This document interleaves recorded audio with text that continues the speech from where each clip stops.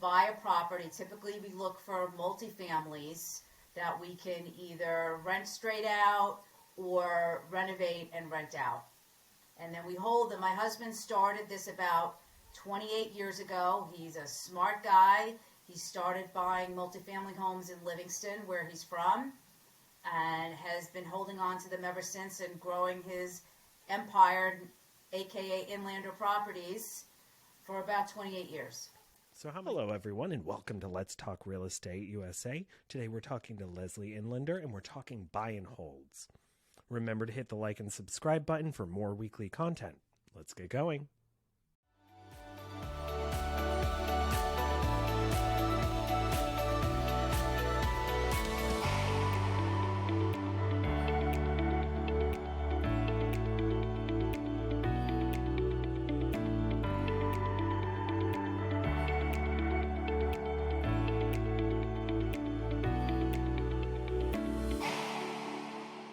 Let's talk real estate, everyone. Today we're talking to Leslie Inlander.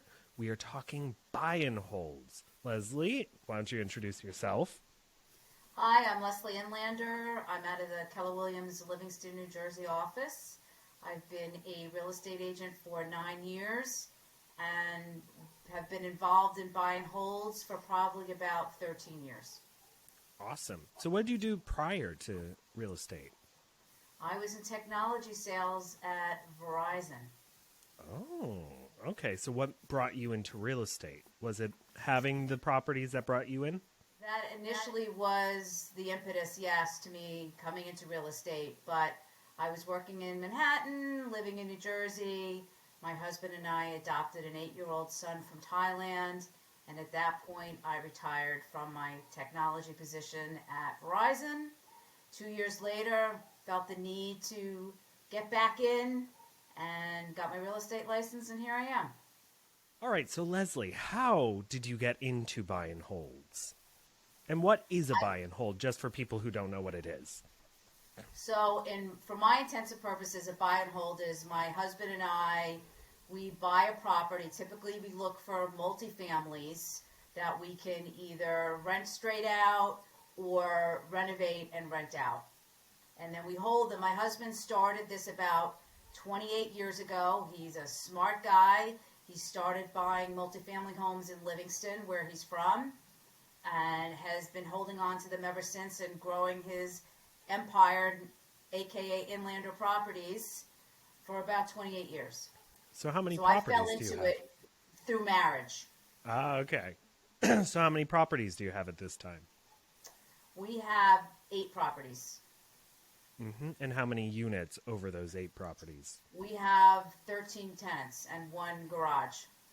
Cool. And 1 apartment in Manhattan that we rent out. Oh, okay. So you're crossing state lines. We crossed state lines about a year ago.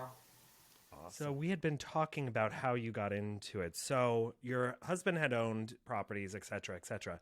So what was the impetus for you combining with him to start buying properties?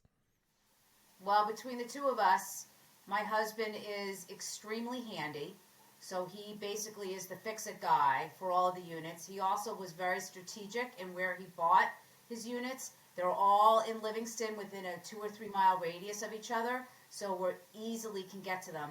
And I do the customer, the tenants, the landlord, the leases, putting them on the MLS. I do that side of the business. That kind of segues into my next question, which is, do you consider having a buy and hold a very passive job, or do you consider it kind of active? Because a lot of times, people who go into investments, they assume that, oh, I'll just buy this property, rent it out, and it'll just take care of itself. It's a combination for us, but it's mostly active. But we have no property manager in place, but in the city we do. So that is just completely passive, where the check gets put into our account every month.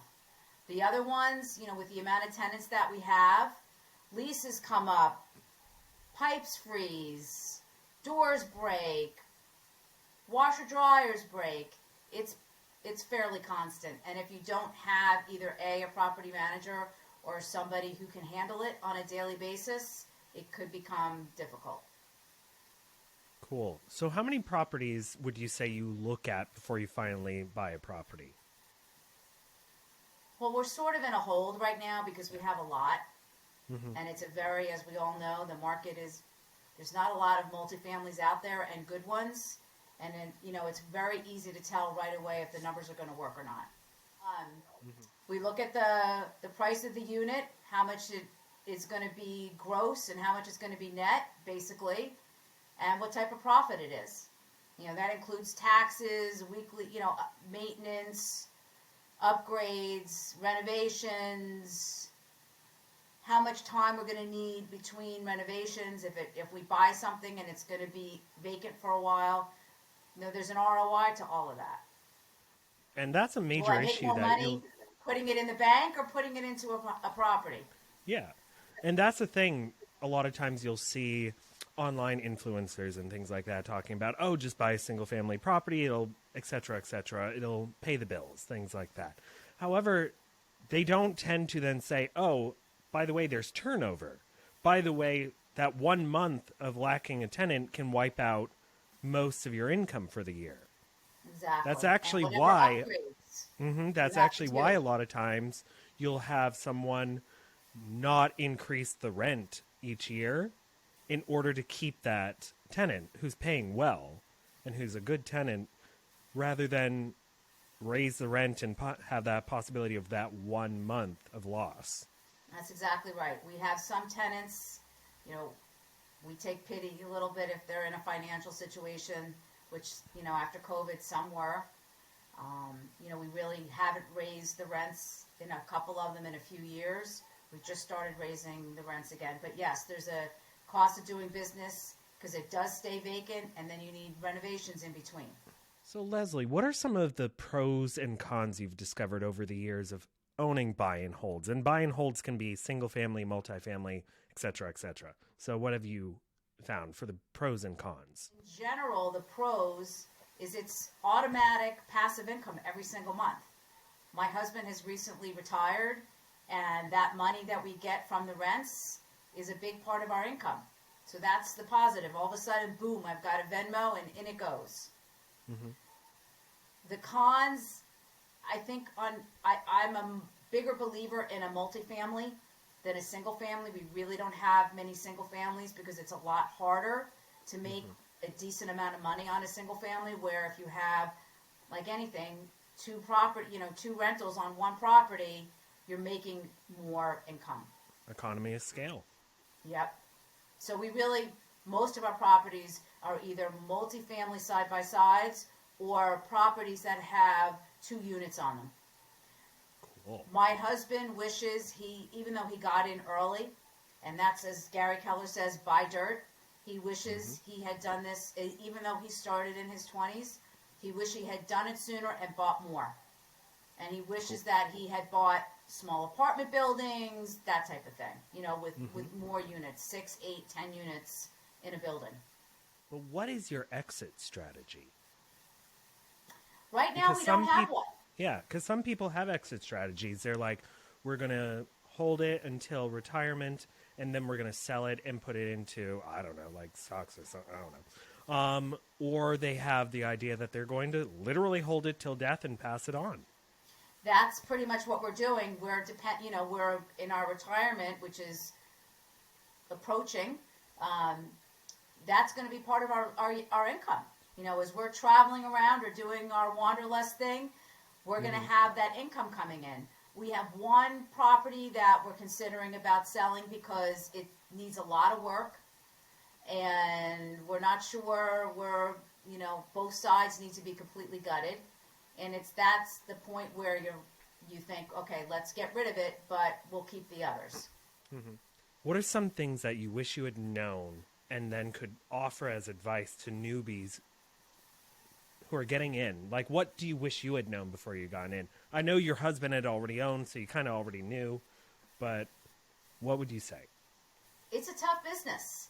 And unless you have somebody who's ready, willing, and able to get that call that the washer is flooding in the basement, or the pipes just froze, or somebody's not paying their rent. I mean, it's constant when you have a lot of tenants.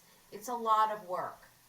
And you have to be prepared for the ups and the downs and the expenses that occur. And you're dealing with people. You're dealing with families.